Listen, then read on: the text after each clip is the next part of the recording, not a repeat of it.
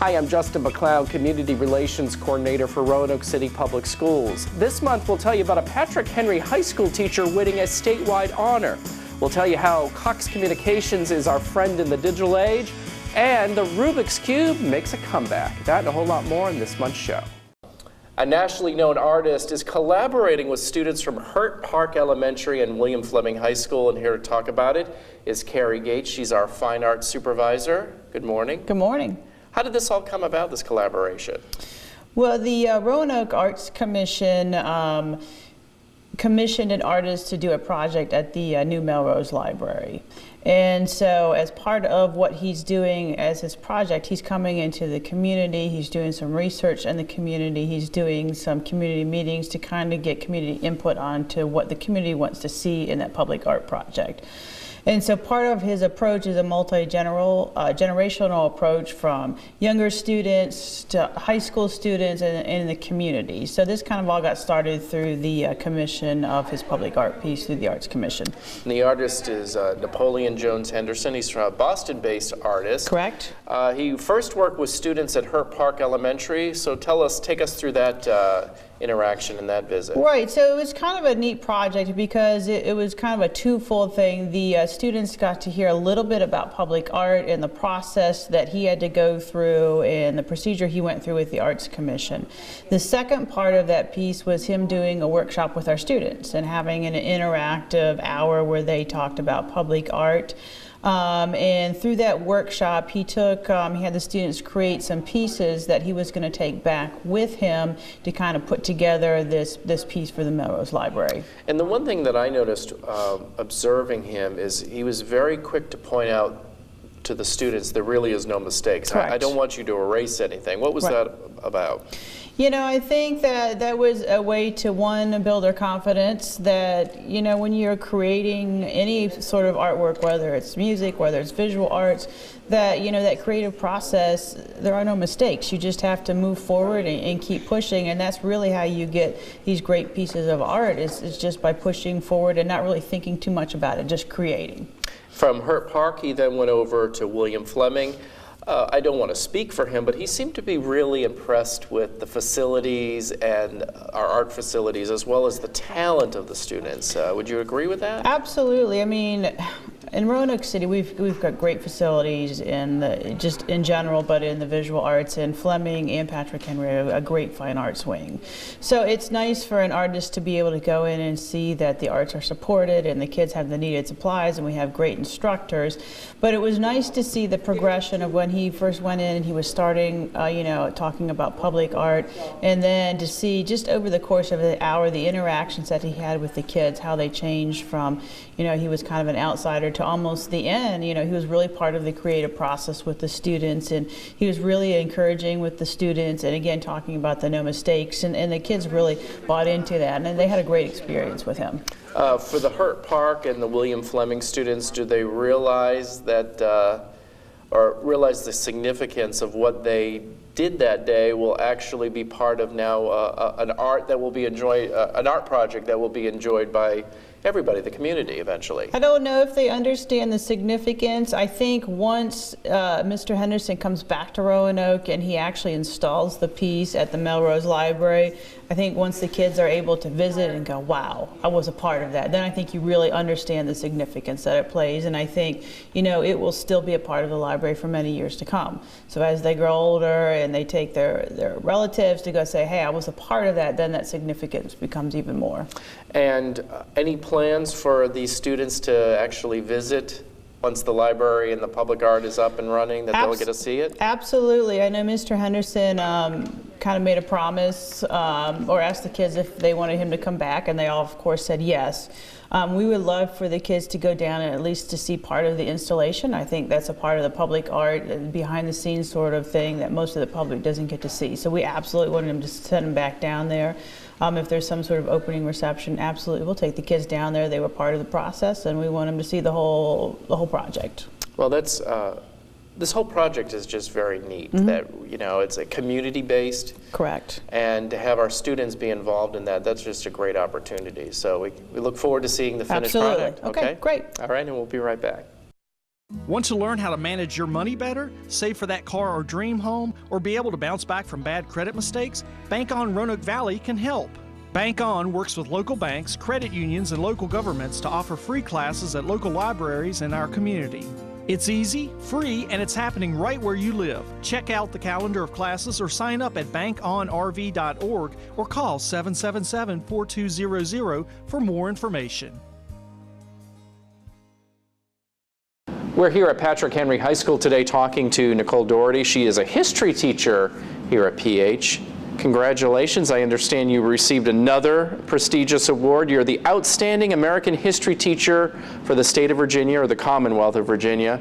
And this was an award bestowed by the Daughters of American Revolution.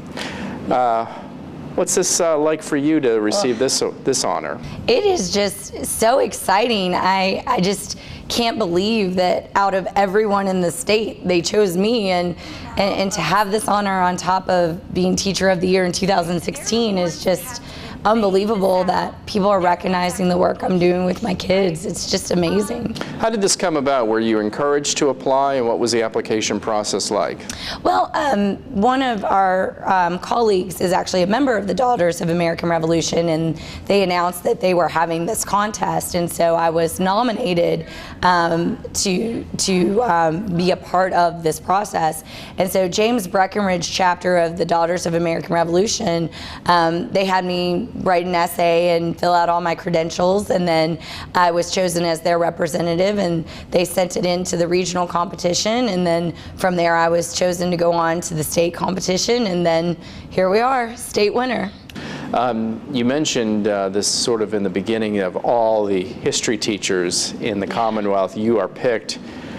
Can you point to one thing on why you thought you were picked or selected? Well, I just have a kind of different approach to teaching history. I like to do hands-on history. I want to get the kids curious about learning, and so I've kind of developed this new way of teaching history called History's Mysteries, where I basically pose a question like, who assassinated Abraham Lincoln, and was a conspiracy?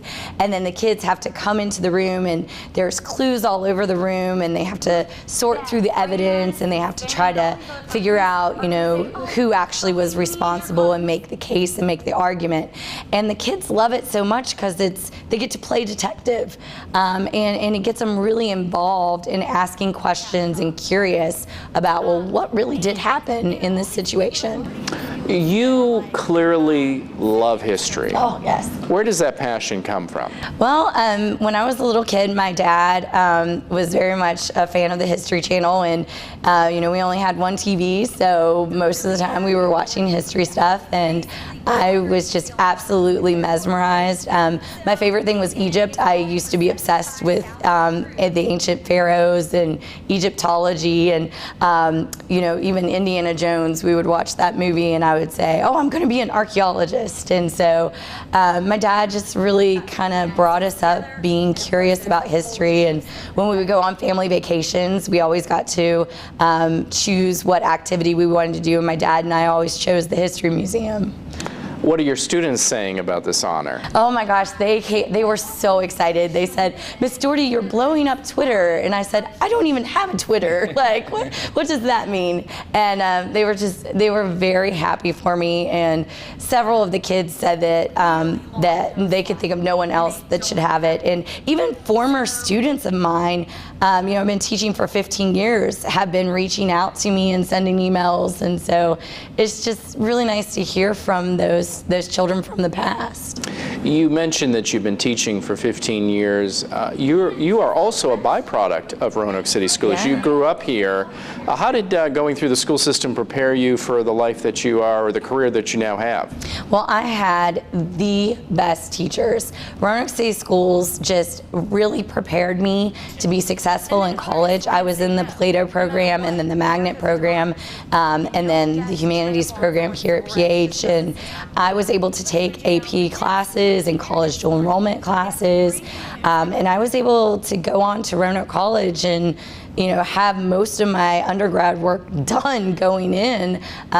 You know, I had the first 2 years pretty much taken care of because of the awesome programs that Roanoke City offers. So, and I could not have done it without all those amazing teachers along the way.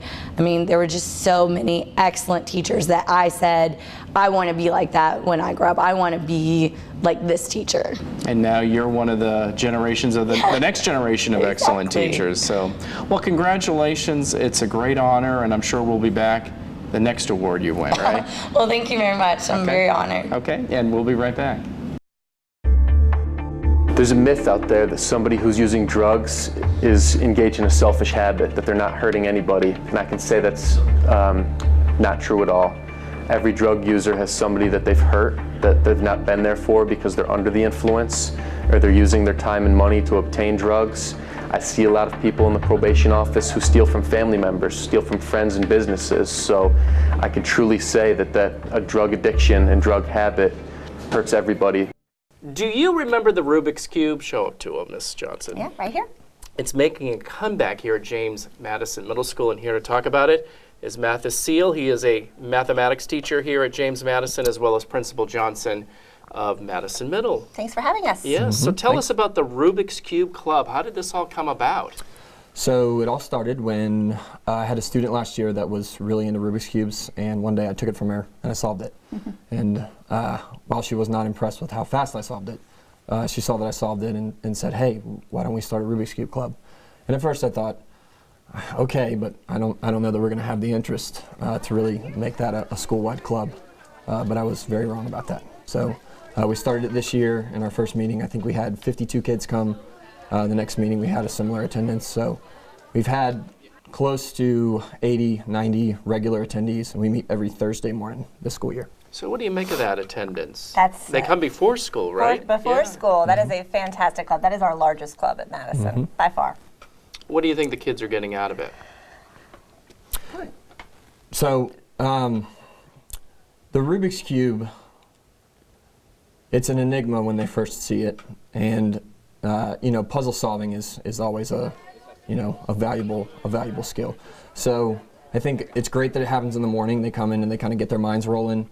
But you know, Erno Rubik, the guy that invented the Rubik's Cube, he has this famous quote that's, there's puzzles all around us. We have to have the curiosity to see them and then the determination to solve them.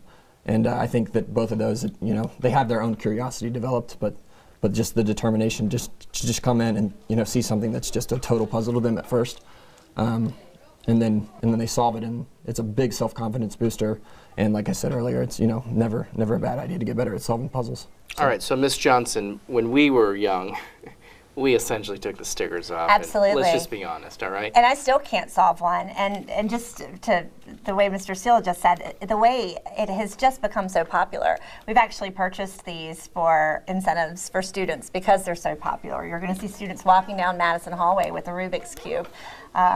You know, my third grade son wanted to do Rubik's Cube for his Valentine's because of seeing the publicity of the video and how cool it was. It's just, I think kids are just attracted to it, and it's fun, and it's a great tool, and it is educational. So at Madison, we're all for it. What changes have you noticed in the behavior or the excitement of students? I mean, do you feel like they're grasping math even easier because of this club?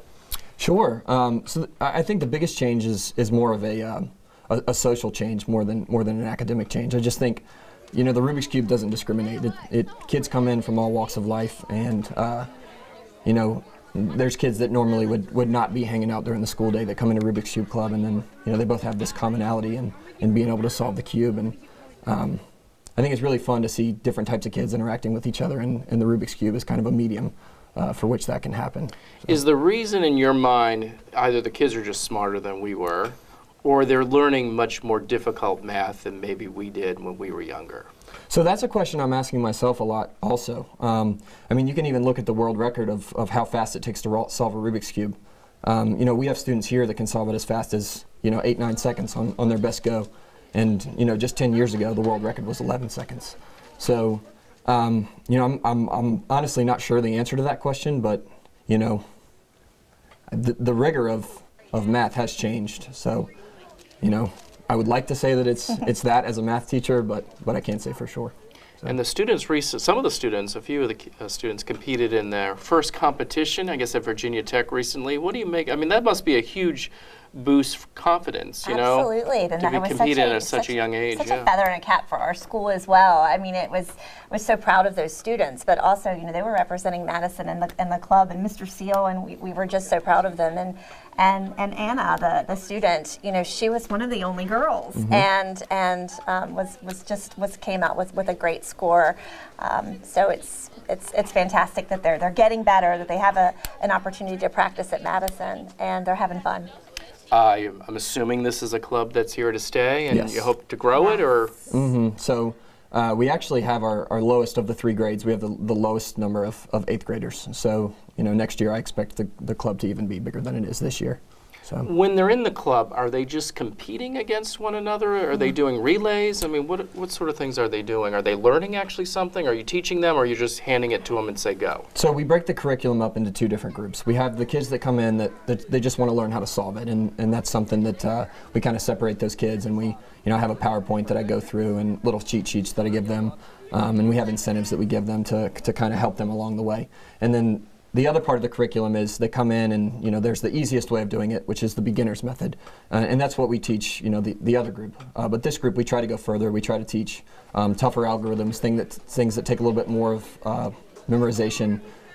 So, you know, there's 2 different groups. There's the, hey, here's a Rubik's Cube, here's how to solve it. And then there's, oh, you already know how to solve it. Well, let's talk about how to get faster. And they get bracelets the faster they get. So the kids walk around with like a badge of honor of the bracelet colors that they get as they advance for a faster time. That is pretty cool. And the bottom line, this was a student who came to you with a suggestion, and people think, well, you know, adults ignore kids. That's not the case. I mean, not Mr. Seal. And look at the way it's gone. So congratulations, and hope it grows even bigger in the future. This is for you, and you can. Oh, okay. Where do you want me to put it? You're going to autograph it for me, Ms. Johnson? Maybe you probably should get some of the kids. Because you know I'm not going to solve it. But, all right. It's already solved, so you're in luck. There you go. Well, congratulations, and thank you. Thank you. Okay, we'll be right back. Thank you.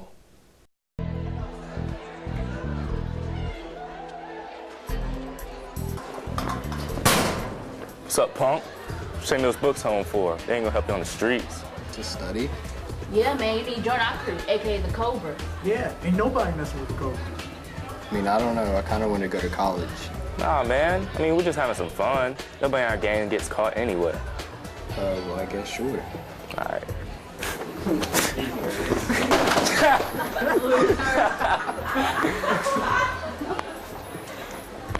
Hey, look, Henry. If you're gonna keep rolling with us, you gotta prove to me that you can hang. Okay. All right, then. Go. Henry, what are you doing? Every year, over 7,000 arrests result from gang activity. You could end up just like these criminals. Is that what you want? Don't be a part of the problem. Be a part of the solution. Roanoke City Schools is fortunate anytime we can get some grant money, and a pretty big grant has come its way to Preston Park and Monterey Elementary, and here to talk about it is the Supervisor of Fine Arts, Carrie Gates. This is a $20,000 grant. What's it going to be used for? So several years ago, VH1 Save the Music Foundation provided grants in all of our elementary schools for band and string instruments. So this provides some additional instruments at Preston Park and Monterey. And we selected those 2 schools because of the growing enrollment trends at both of those elementary schools. So Monterey will have $10,000 worth of new band instruments, as well as Preston Park. What's the importance of, they already have instruments, correct? This will be additional. Is it to replace, to expand? What are you going to be doing it for? It's really to expand our current instrument inventory. We have a lot of students that are really into our band programs at Monterey and Preston. And so we do have students that have to share instruments. So by adding that inventory, this provides more opportunities for students to actually take their instruments home and practice. And that's really when you start to develop that skill set, is when you can sit down, you know, by yourself and kind of just figure out things. I want to make sure that we give proper credit here. This is the Sam and Marion Golden Helping Hand Foundation. That's and correct. Again, it was for $20,000. Talk about the importance of music in the elementary schools and why it's so important for a young child to pick up an instrument at the age that they do. Well, you know, the early start for our kids is absolutely essential. you know, going back to all the research states that early start in learning how to play an instrument helps with reading abilities, math abilities. It helps improve attendance and test scores and all those great things. But that early start provides our students with more opportunities as they go through the middle and the high school level. And so this grant is just, the impact of it is great, because Monterey and Preston feed into Breckenridge Middle School, and that program is growing, which eventually leads, for the most part, into William Fleming. So this will have a great impact over the next several years. And we may not necessarily, to your point, see that impact until maybe 5, 6, 7 years later, right? Right. So the kids will start getting the early start. They'll have more access to instruments, but then I think, you know, over the next several years, you'll see the increasing population at Breckenridge, and then you'll see that enrollment and quality start growing at Fleming. So you're absolutely right. The impact may not be seen for several years to come. And I know you've been in the position that you're in for several years. Talk about the progression that you see of the elementary students as they move up to middle and then high. I mean, it gets better with time, and the talent is just amazing, is it not? Yeah, absolutely. We're really starting to reap those benefits from, you know, the VH1 Save the Music programs being in our elementary schools. Enrollment has doubled in our arts programs over the past several years, and the quality is getting better. We're getting more students into those district and regional and all-state honors ensembles, and a lot of kids that make it into those honors ensembles take private lessons. The majority of our students do not. So that's a tribute to that early start and to our teachers in the district. And I think when they do their performances, the quality is just getting so much better, and you go to these performances and you're like, wow, that was just really good, but that's because of the early start. And by having them start young, you know, your point to, you know, a lot of students in other districts get private lessons because the parents can afford it. This is an equity issue. We want to make sure that every child has access to a musical instrument. Absolutely, and I think that's one of the things that I'm most proud about of our arts program, is that we do have the accessibility to all students, and it doesn't matter if you financially cannot afford an instrument, we'll get one to you. And I think because of the success we've had in our arts programs and the support we have from Dr. Bishop and our school board, it makes quality teachers want to work for us because they enjoy that support. So between the quality teachers and the access, I mean, we've got a great thing going here that a lot of other places don't have. Back to the grant, when do you hope to get these new instruments in the hands of the children? Very soon. We're working with a local vendor, and we're trying to get them all in, and really within the next couple of weeks we're trying to get them out to kids. And may sound like a dumb question, but when we talk about instruments, what exactly are we talking about? Woodwinds, violin, strings? So these two programs were specifically the band, so we're talking flutes, clarinet, saxophones, and trumpets and trombones. That's what we're adding our inventory for. Okay, well, congratulations on this grant. I know you filled out all the paperwork, and as you know, a grant application takes a lot of time. Absolutely, but it's well worth it. It's well worth it, and a job well done. Oh, thank you. Roanoke City Public Schools recently partnered with Cox Communications for a unique opportunity for our students, and joining us now is Shelley Atkins. She is our supervisor of language arts. I understand this had to do with Black History Month. Tell us about it. It did. So we used this opportunity during February to invite all of our students from kindergarten through grade 12 to respond to an essay prompt about Oliver Hill. They had a choice of 2 prompts. We had elementary prompts where they were a little bit simpler, and they could talk about Oliver Hill and the impact he has made on students in school and achievements that have made a difference in their lives. Or else they could have responded about how they would like to make a difference in the world, similar to what Oliver Hill did. And this was really a good opportunity simply because Oliver Hill, it was Black History Month, a civil rights icon who grew up in Roanoke. Talk about some of the responses you received from the students. It was really great. They had a lot of students, the elementary students as well as up through secondary, that did some research on his life. Of course, they have to learn about him in 4th grade for Virginia U.S. history, but they learned that he was a part of Brown versus Board of Education. Many of them were familiar with his home and have been there through the Big Brothers program. Yeah. And so they wrote about that. They wrote about how they would not have some of the friends that they have.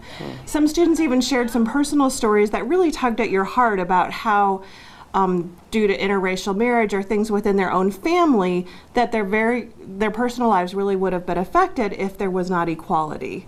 And so it was really heartening to read their responses, and they understood that he made a difference, that he was from their community and he made a difference in the world that they can benefit from.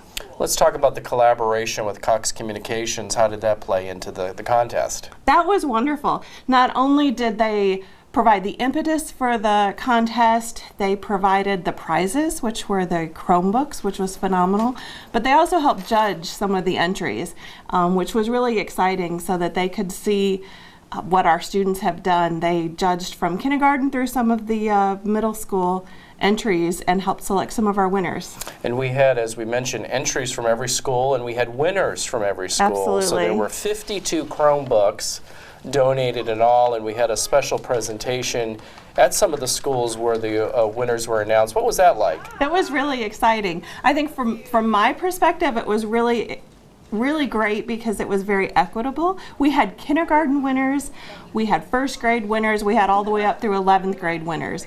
And the students were very excited. I mean, some of the elementary students were a little bit shy and overwhelmed, I think, but it was exciting because even some of our winners have come through our ELL program and were not 100% fluent in English, but could portray it pictorially or visually, which was an option for the early elementary students.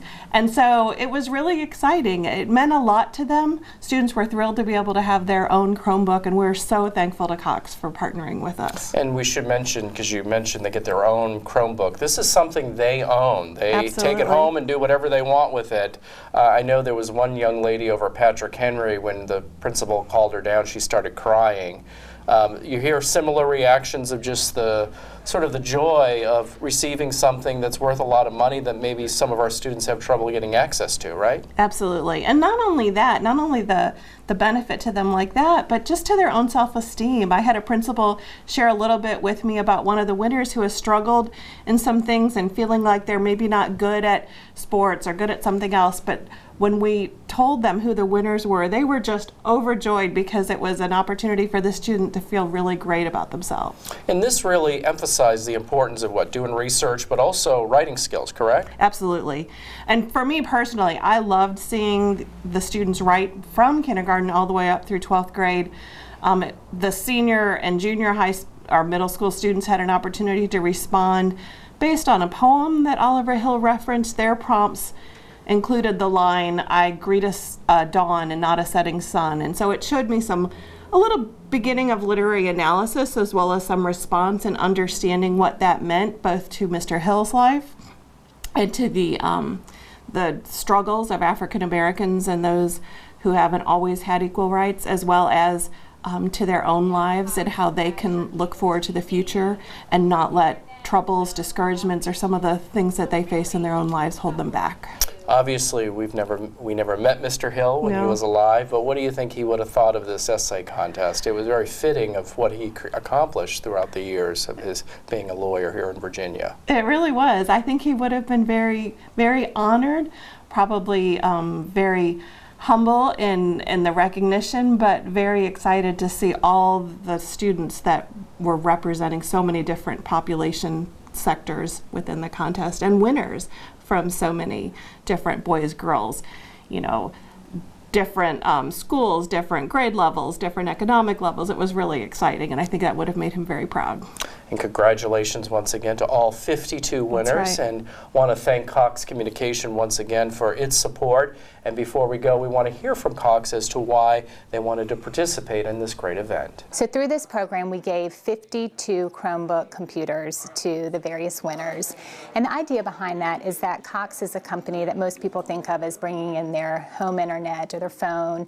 But really, when you think about it, we're a company that's all about making connections and bringing people closer together. So the idea behind this essay contest was to bring these students closer to history and then to reflect on that, on how that they can still use those lessons today to inspire them to do better things within our communities. So by giving them these Chromebook computers, now they can continue to connect to the past, learn about those people that made a difference, and then continue learning about them and making an impact in our communities today.